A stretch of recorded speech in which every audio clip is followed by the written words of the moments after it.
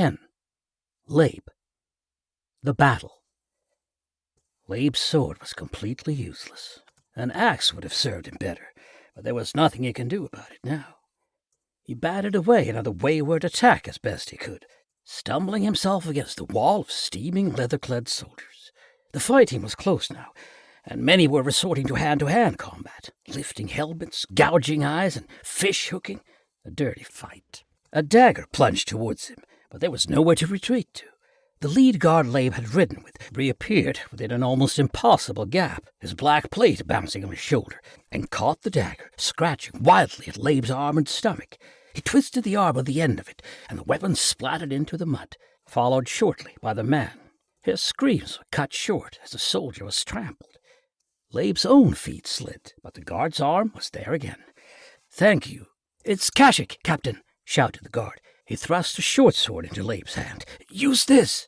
The fighting swallowed Kashik, and they were separated again as two lovers parting. Labe spotted a pocket of space and slid into it, desperately trying to move back into the safety of Sea Orc lines. This was no place for him, not unless he truly intended to kill. The gods had at least spared him the need so far. Kashik's calm expression was visible briefly to Labe's left as he cut down anyone who dared come close. He may as well have been felling trees. The Lord Soldier with the black horn helmet slid into the pocket as Kashik had and wasted no time in attacking. "Thought you lost me, eh?" Sprinting hard, she leapt at him out of the mess of bodies, hiding something. Her axe cut through the air, a maker of makers, ready to cut deep into him. Labe threw himself out of its way, cursing himself for not seeing the deception. The axe came hurtling back towards him in a reverse arc. She was easily half his weight, but she knew where to focus the weight of that malicious weapon, and the shining axe head glanced by his cheek, a finger's breadth distant. The gods were testing him now. He could wield his blue steel sword better than most, though perhaps not as well as Duga, but in here he was as disposable as any other. He had to think outside of his box. He waited for the next slew of swings, raising Kashik's short sword as if to meekly fend them off.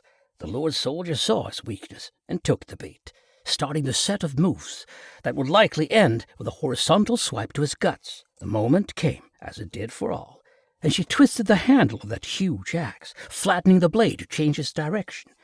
Labe dropped the short sword to the mud, stepped forward, and punched the soldier hard in the face.